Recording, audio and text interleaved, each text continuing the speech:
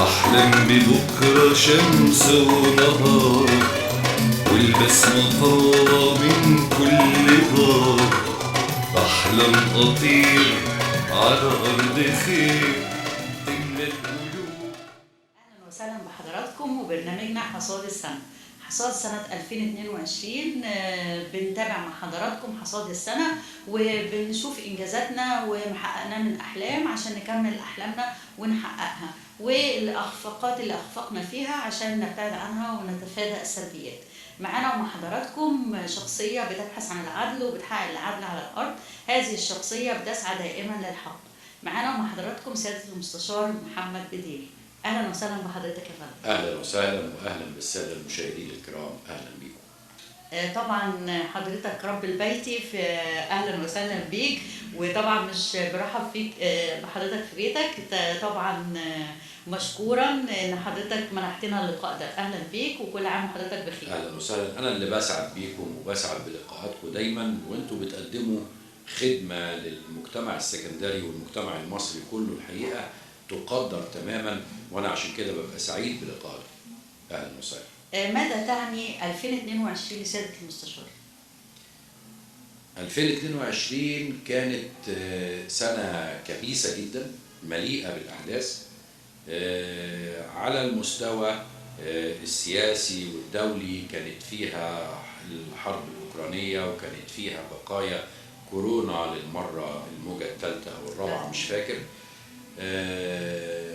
كانت فيها أحداث سياسية أثرت على دخل المواطن وعلى الحالة الاقتصادية في البلد وعلى حياة المواطن اللي بقت أكثر صعوبة. كل الأحداث دي كانت انعكاس لحاجات دولية كتير قوي، بالإضافة إلى بعض الإخفاقات الداخلية في إدارة الملفات الاقتصادية وغيرها. دي كانت لها أثر شديد جدا وعميق جدا على الإنسان المصري. لو حبينا نبدأ بالإيجابيات الأول كده عشان نفتح شهية المواطن، إن نشوف الإيجابيات الأول اللي حصلت في 22 ونعددها ونشوف هنكمل فيها إزاي. الإيجابيات اللي حصلت في 22 يعني قد يكون في مزيد من الإنجازات على المستوى المشروعات القومية الكبيرة والطموحة. أنا شايف إن دي إنجازات كبيرة، وشايف إنها يعني لها مردود إيجابي شديد.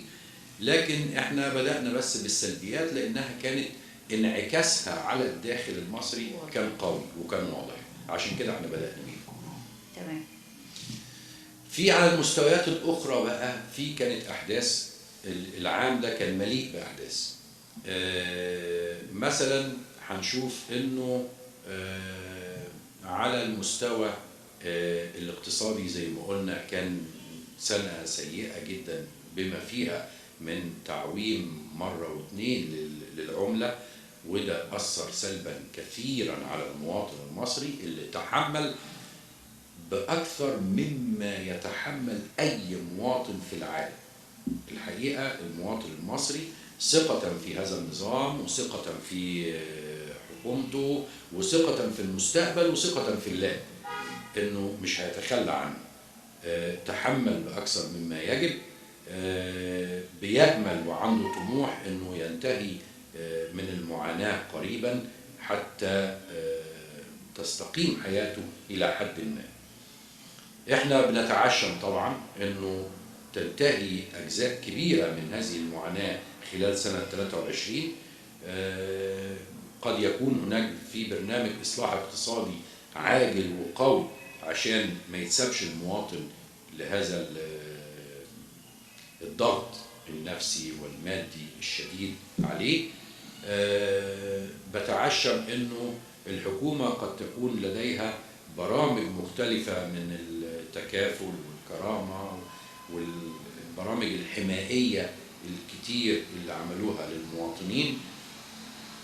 يعني أتعشم إنها تخفف من وطأة هذا الإصلاح الاقتصادي على المواطن المصري إلى حد ما. بتمنى هو وعد ربنا سبحانه وتعالى إن بعد العسر يسر، إن بعد العسر يسر. فاليسري قادم ان شاء الله، إن شاء الله. والشعب المصري قدر ان هو فعلا يواجه مشكله كورونا بشكل قوي، وان هو فعلا يعني الى حد كبير واجهه بشكل كويس جدا. فنتمنى ان فعلا الموضوع الاقتصادي ده يواجهه المواطن المصري ويتحمله اكتر. بس احنا بنقول ايه العلاج؟ العلاج لتعويم العمله، وازاي هنساعد المواطن؟ العلاج يعني أصبحت أدواته مش متاحة قوي بشكل كبير عشان نقدر نتكلم عليها ونقول العلاج 1 2 3، لأنه لو تفتكري في لقاءاتنا اللي قبل كده كنا دايما بنركز على مسألة الصناعة والزراعة كأساس للتنمية، لأنه الزراعة والصناعة كأساس للتنمية هي الوقاية من هذه التقلبات الاقتصادية والأزمات الشديدة. أما وإن إحنا ما عندناش ده ومش متاح ده كويس، فإحنا بنأمل إنه خلال الأعوام القادمة إن شاء الله يبقى في تركيز أكبر على الزراعة والصناعة كعمودي التنمية الحقيقية في أي مجتمع. وأنا بعتقد إنه سيادة الرئيس ورئيس الوزراء قبل كده اتكلموا عن الزراعة والصناعة كأعمدة التنمية، وقالوا خلال سنة 22 ديت إن هم هينتبهوا لده جيدا في البرامج القادمة.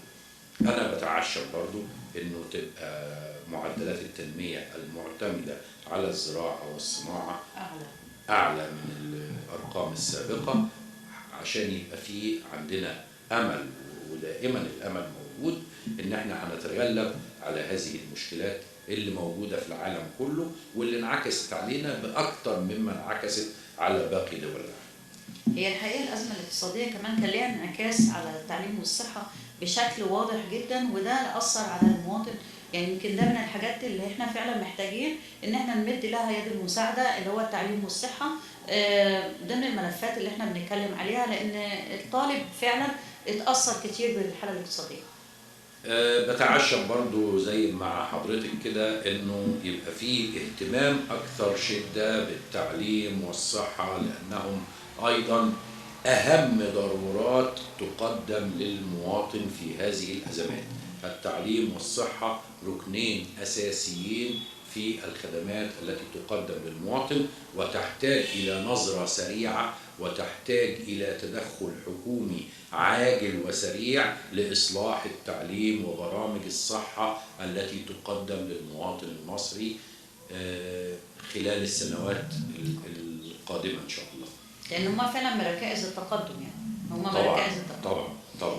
حضرتك على المستوى المهني كان في حدث مهم جدا، وهو اختيار نقيب المحامين، نقيب العام للمحامين. يا ترى الحدث ده حضرتك من رؤية حضرتك ايه اللي حصل بعد اختيار النقيب؟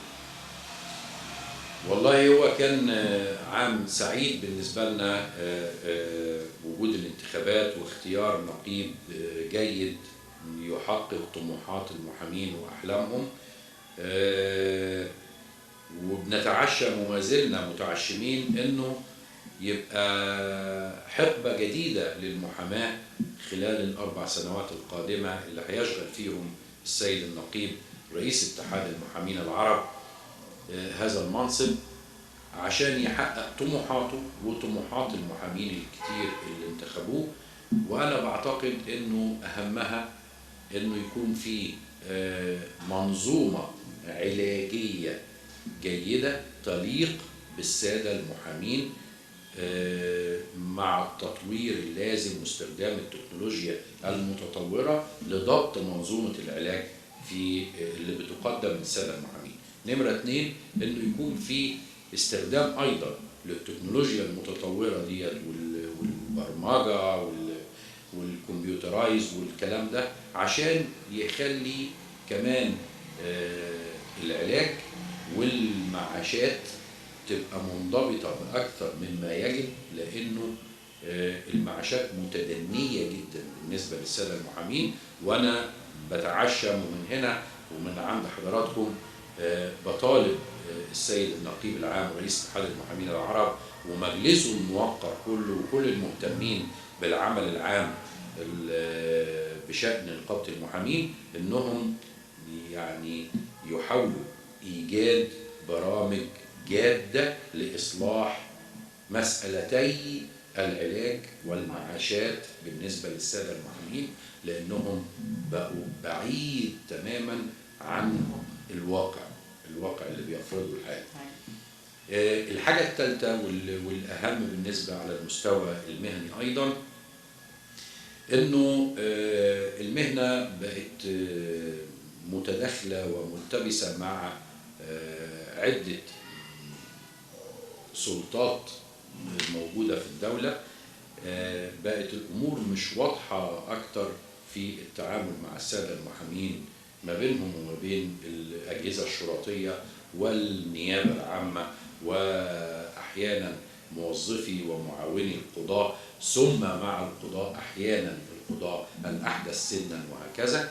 كل ده محتاج تدخلات من النقابة بشكل قوي، تدخلات تشريعية تضبط الحال في حضرتك التعامل. تقصد التعامل، طريقة التعامل بين المحامي وأعضاء اللي حضرتك قلت عليهم الهيئات. طبعا الهيئات اللي بيحتك بيها يوميا في عمله لازم تبقى عندها ضوابط لهذا التعامل. الضوابط أصبحت غير كافية حاليا. حماية المحامي، الاحتكاكات أصبحت أكثر مما يجب، ويجب حماية المحامي لأنه فيها حماية لفكرة العدل، مش للمحامي بشخصه ولا بذاته. حماية المحامي عشان يؤدي هذه الخدمة وهذا العمل وهذه الرسالة المهمة السامية في المجتمع، عشان يؤدي إلى وجود عدالة حقيقية. وفي فرق كبير، أنا عايز أستغل الفرصة وأوضح فرق كبير بين أمرين. العدالة شيء والعدل شيء آخر. العدالة هي مجموعة من الإجراءات والنظم التي تتخذ لضبط حركة المجتمع. أما العدل فهو إحساس يتسرب إلى المواطن فيلقى قبولا عاما لدى المواطنين. إحساس المواطن لما يستشعر هذا العدل هنلاقيه فورا بقى مواطن صالح، خايف على بلده، متفاعل مع قضايا وطنه وهكذا. أما العدالة هي التي تحتاج إلى الإصلاح. العدالة عبارة عن مجموعة من الإجراءات والنظم والقوانين والتشريعات، كل دي لضبط حركة المجتمع. إحنا محتاجين إلى إصلاح العدالة لإقرار العدل، عشان العدل يبقى ملموس عند المواطن، يستشعره المواطن دون أن نطنطن وأن نغني أن هناك عدلا. يبقى المواطن لو استشعره، أما نيجي نصلح العدالة يستشعر المواطن العدل. حضرتك النقاط اللي حضرتك أشرت إليها، هل هي ضمن أجندة النقيب العام إن هو فعلا بيسعى لتحقيقها، ولا في كمان في الأجندة في نقاط أخرى هي أكثر أهمية؟ السيد النقيب العام أكيد لديه أجندة طموحة جدا وكبيرة جدا وتشمل أرجاء الوطن كله، وبصفة رئيس اتحاد المحامين العرب أيضا لديه خطة وأجندة خاصة بالوطن العربي كله. لكن احنا مش بنضع له الأجندة أو بنبين اهتماماتنا عشان نلقي الضوء عليها وبس. لا، احنا عايزين نقول انه هناك هذه الاهتمامات الكبيرة والعريضة لدى السيد النقيب ومجلسه الموقر أيضا تحتاج إلى إضافات ضئيلة منا، حيث أننا المتعاملين على الواقع، على أرض الواقع. إحنا متعاملين على أرض الواقع ونعلم جيدا أن المحاماة في محنة. المحاماة تحتاج إلى تدخل تشريعي، تحتاج إلى حماية من الدولة، تحتاج إلى نظرة مختلفة في المعاشات وفي دخول المحامين وفي الضغوط اللي أصبحوا بيواجهوها من ضريبة مبالغ فيها أو فاتورة إلكترونية أو غيره أو غيره أو غيره. كل دي ضغوط على مهنة هي بالأساس رسالة لا يمكن الاستغناء عنها في المجتمع. المجتمع يحتاج المحاماة كما يحتاج الطب كما يحتاج الهندسة، كما يحتاج القضاء نفسه. المحاماة عريقة عراقة القضاء، وهي شريكة للقضاء في تحقيق العدل. لابد أن ينظر إليها المجتمع والمسؤولين في المجتمع بهذه النظرة المتجردة. هي عريقة عراقة القضاء يحتاجها المجتمع كما يحتاج القضاء بالضبط. حضرتك وقفة المحامين اللي احنا كنا شايفينها امام المحكمة علشان خاطر الفاتورة الالكترونية، وان دي حاجة بيعتبروها سلبية على المحامي نفسه، ان هي فعلا حاجة كانوا الوقفة كانت بتطالب بتوقف الفاتورة. فحضرتك رأي حضرتك في الموضوع ايه؟ بخصوص هذه الفاتورة الإلكترونية، الحقيقة كانت مفهومة غلط عند ناس كتير قوي. وقفة المحامين لازم أوضح لحضراتكم إنها ليست رفضا لأداء الضريبة. نمرة 2، هي ليست استعلاء على المجتمع، حيث أنهم لا يرفضون، المحامون لا يرفضون أداء الضريبة أو تطوير أداء الضريبة بالفاتورة الإلكترونية أو غيرها، لكن هم معترضين على حاجة مهمة جدا. هي إيه؟ هي إنه أساس الضريبة نفسها المفرض 14% على المواطن اللي بيلجأ للمحامي عشان يحصل على حقه عندما يظلم. لما أحمله الضرائب يبقى نتيجة ده إنه على المدى البعيد شوية هيبقى القادر فقط هو اللي هيلجأ للمحامي، وهو اللي هيلجأ للقضاء أيضا عشان الحصول على حقوقه. أما غير القادر والذي لا يستطيع أن يتحمل هذه الضريبة، عبء الضريبة، لن يبحث عن حقوقه المهدرة. إذن تبقى العدالة أصبحت عدالة انتقائية لمن يستطيع أن يتحمل تكاليفها، وهذا ما نرفضه كمحامين عن هذا المجتمع. نحن نشعر بآلام المجتمع دي أولا. ثانيا، نرفض أيضا أن يكون المحامين هم وسيلة لتحصيل الضريبة ثم إعطائها لوزارة المالية. هذا عبث. أنا بشوف أنه لا يجوز أبدا الزج بالمحامين في تحصيل هذه الضريبة. لو أقرها المجتمع وأقرت، فعلى الوزارة أن تحصلها بالطريقة التي تراها بعيدا عن المحامين. لا تلزم بيها المحامي أنه يحصلها من المواطن ويؤديها للوزارة ويكون مخالفا للقانون إذا لم يؤديه أو إذا لم يحصله. إيضاح مهم جدا من حضرتك، لأن كانت مفهومة فعلا وقفة المحامين إن هم اعتراضا ورفضا ليست على الإطلاق. إيضاح مهم جدا. لا هي رفض للضريبة ولا استعلاء على المجتمع ولا رفض لأداء ضرائب يختص بها المحامي على الإطلاق. المحامي، عشان أوضح أكتر، المحامي يدفع الضريبة على الدخل العام 20% من دخله بعد خصم الأعباء العائلية، ويدفع الضريبة من المنبع عند رفع كل دعوة وكل إجراء في المحكمة قبل أن يتحقق هذا الإجراء. يعني لما بيروح عشان يقدر رسم على الدعوة بيدفع ضريبة، ولازم يكون معاه البطاقة الضريبية الخاصة بيه عشان يتاخد رقمها وتودع هذه الضريبة في ملف. يعني هو أكثر مواطن أداء للضريبة في هذا المجتمع، ومع ذلك تصور المجتمع أو تصور البعض أنه هذه الوقفة كانت لعدم أداء الضريبة. هذا ليس صحيحا على الإطلاق.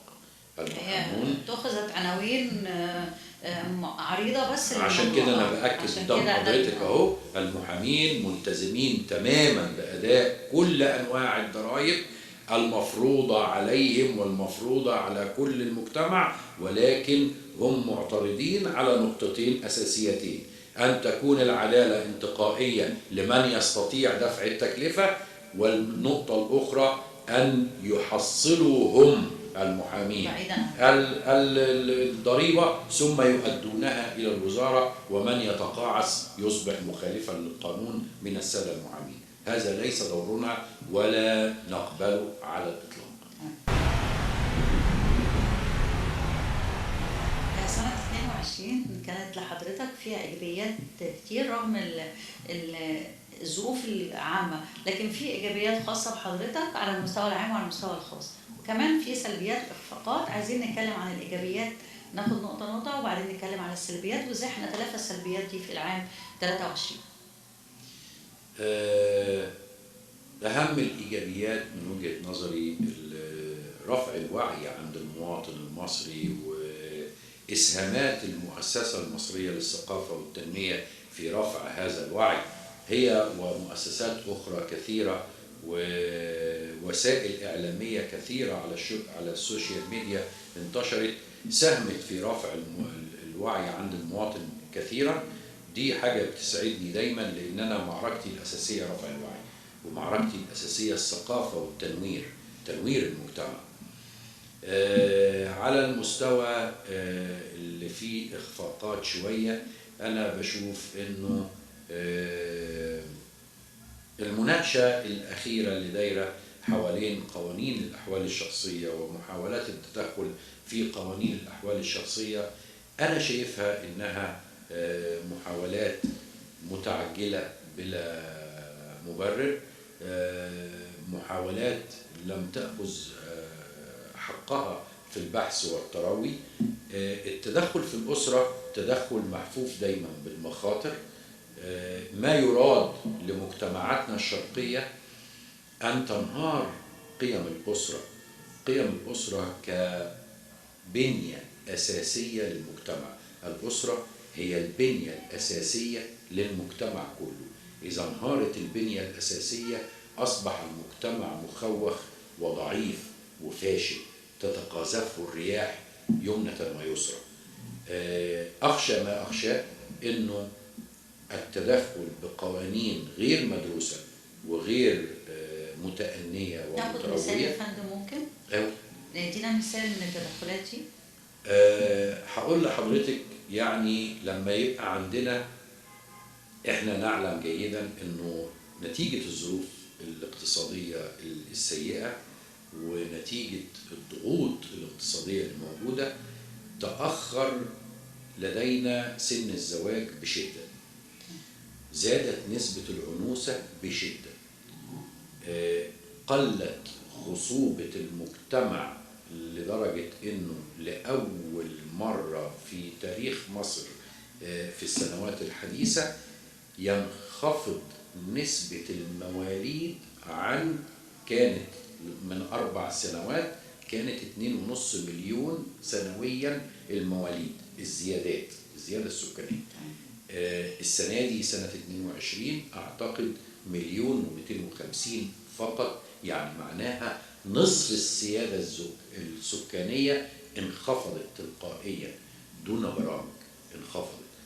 أنا شايف إنها انخفضت لارتفاع سن الزواج، للضغوط الاقتصادية اللي موجودة على سن الشباب، وجود مشكلة في البطالة لازم نواجهها، حالات الطلاق والعنوسة اللي زايدة في المجتمع لم تواجه. بدلا من أن نواجه ده كله بأن احنا نتدخل في قوانين الطلاق والزواج ونفرض شروطا على الزواج ونعقد مسائل الطلاق، إذن ده مخيف بالنسبة للمقبلين على الزواج إذا تجاوزوا كل العقبات اللي احنا قلناها من شوية، إنه مفيش في بطالة ومفيش عمل ومفيش دخل وقلة الدخل اللي موجودة وزيادة نسب الفقر وزيادة نسب العنوسة إذا تغلبنا على ده كله وعايزين الناس تيجي تتجوز يلاقوا في عقبات أخرى، ده أنا شايف من وجهة نظري ده تدخل في وقت غير ملائم وغير مدروس، ويحتاج إلى تروي شديد والرجوع إلى رجال القانون ورجال الضبط الاجتماعي أكثر من الرجوع إلى مشايخنا الأفاضل ورجال الدين وهكذا. دي مسألة ضبط اجتماعي، عايزة علماء الاجتماع وعايزة علماء القانون والعلوم الإنسانية ياخدوا وقت ويترووا ويشوفوا المجتمع رايح لفين في الناحية دي، لأنه الأسرة البنية الأساسية لأي مجتمع، ويجب أن تؤخذ بعين الاعتبار تماما قبل العبث بيها، قبل العبث بأي قوانين تخص الأسرة. اعتقد ان حضرتك بشكل شخصي بتقوم بالدور ده في معركة الوعي اللي احنا شغالين عليها في المؤسسة، ان في معركة وعي، ان احنا بنحاول قدر المستطاع ان احنا نوعي المواطن بحقوقه وواجباته وايه اللي المفروض يعمله، وحتى بعض النقاط اللي هي كانت بتغيب عن ذهنه او ما بيفكرش فيها احنا بنحاول نناقشها من خلال برامجنا علشان فعلا نحط المواطن على الطريق الصحيح، وده من خلال المؤسسة عند حضرتك. أنا بتمنى طبعا، ده ما يسعدني، إنه المؤسسة عندي وبعض المؤسسات أخرى كثيرة أنا بقدم لها الشكر والتحية، بتحاول تعمل هذا الدور التوعوي والتنويري في المجتمع. أتعشم إن احنا نكون قمنا بدورنا في هذا المجتمع اللي يستحق مننا كتير. أتعشم كمان إنه في سنة 23 نقوم بما قصرنا به في 22 ونقوم بدفع الوعي أكثر إلى التقدم، وإن شاء الله مصرنا كلها العزيزة تكون إلى الأمام وإلى التقدم وإلى الأفضل دايما ان شاء الله. على المستوى الشخصي بقى عايزين ناخد معلومة عن حضرتك كده، المستوى الشخصي حققت انجاز حضرتك سعيد بيه كده ان هو اتحقق في 22؟ والله أنا سعيد بأنه ما عنديش حاجة على المستوى الشخصي تستحق الإشادة يعني، سوى إني اتبسطت قوي لما بنتي في كلية العلوم وفي تخصص صعب جدا طلعت من الأوائل الجامعة، من أوائل الكلية في السنة اللي هي فيها وجايبة امتياز. فده حاجة أسعدتني قوي، وقلت إن احنا هنقدم لبلدنا عالمة من العلماء إن شاء الله. مبروك، وإن شاء الله ربنا يكرمك وتبقى هي وزملائها جميعا إن شاء الله. حضرتك آخر حاجة بنختم بيها مع حضرتك، أمنيتك إن هتسعى تحقيقها في 23 إن شاء الله. أسعى إن أنا لما أطلع في هذه اللقاءات المحببة إلى قلبي أبشر الناس بتقدم على المستوى الاقتصادي والسياسي والمجتمعي، أبشر الناس بأنه مصر ستظل رغم كل الآلام وكل الظروف اللي بتمر بيها، ستظل مصر هي رائدة المنطقة العربية بالكامل. ستظل مصر هي الوطن والأم. ستظل مصر بدورها المحوري والدولي والعالمي. لن تتقزم مصر أبدا مهما مرت عليها من ظروف. طبعا اكيد ان شاء الله، واحنا عايزين بس في وجود حضرتك احنا بنقول في معركه الوعي احنا بنحارب جشع التجار، يعني عايزين طريقه وسيستم كده نمشي عليه لمحاربه جشع التجار اللي هو الى حد كبير بيؤدي الى زياده الازمه الاقتصاديه. اسمحي لي اني يعني طبعا انا ضد جشع التجار، لكن المسائل لا تؤخذ بالنوايا الحسنه. المسائل تحتاج إلى تدخلات بقوانين وتشريعات واضحة، تدخلات حكومية واضحة لضبط حركة الاقتصاد المصري.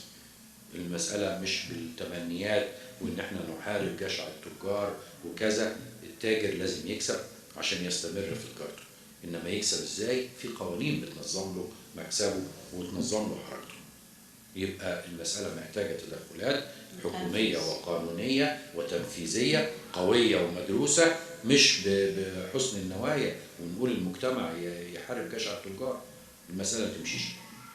سعدنا بلقاء حضرتك ونتمنى ان احنا في 23 نقابل حضرتك، وهناك كثير من الانجازات والامنيات اللي حضرتك حققتها على المستوى العام وعلى المستوى الشخصي. شكرا جزيلا حضرتك. اهلا وسهلا بيكي، وانا سعدت بيكم وسعدت باللقاء مع جمهورنا الحبيب ومشاهدينا الكرام، واتمنى انه لقائنا القادم ان شاء الله هيبقى البلد كلها في مستوى احسن، والمجتمع كله نقدر نبشره ونهنيه بأخبار كويسة إن شاء الله. ان شاء الله. إن شاء الله. بالابتسامة والأمل والتفاؤل بننهي حلقتنا، وإن شاء الله مزيد من الإنجازات في مصر الحبيبة، وتحيا مصر. تحيا مصر.